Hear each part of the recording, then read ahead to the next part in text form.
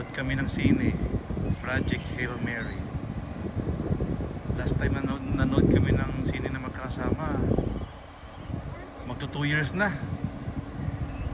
Yan si Madam, malapit lang pero nakaporma pa. Naano kami, nanawili sa kakapikilbol kaya wala na panahon manood ng sine. Ngayon lang ulit. Nakaporma pa si Madam. Yung sinehan dito lapit lang sa amin, pwede naman nakarent lang. Kaya nag-drive kami kasi medyo kainit. Ang aming driver, siyang driver. Siya ng driver namin ngayon.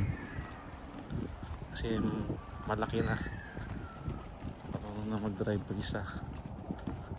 Ayan, nag kami sa Harkin City.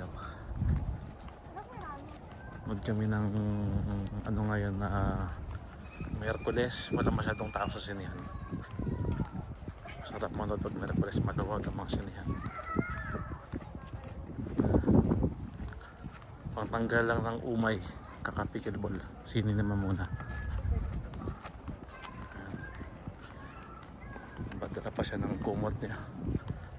Malamig daw sa loob eh. Ayan.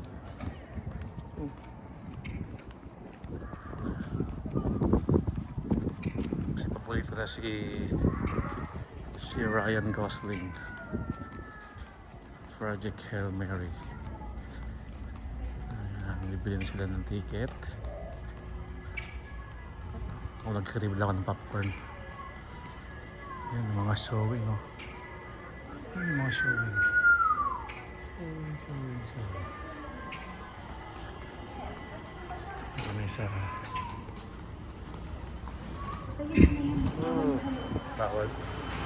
Ayan na, sinihan dito.